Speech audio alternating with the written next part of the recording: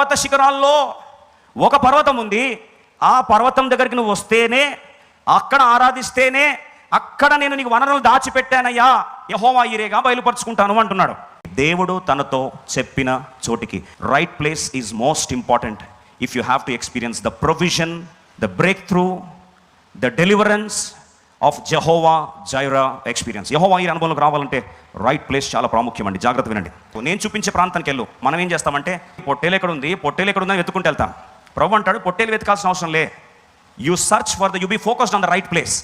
సరైన ప్లేస్కి నువ్వు వస్తే చాలు, ఆటోమేటిక్గా ఆ ప్లేస్లో నీ కొరకు దాచి ఉంచిన పొట్టేలును దేవుడు ఆ ప్రాంతంలో ఉంచాడు.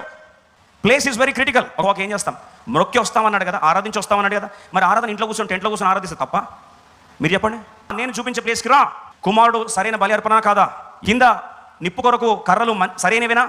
ఎత్తిన కత్తి మంచిదా కాదా?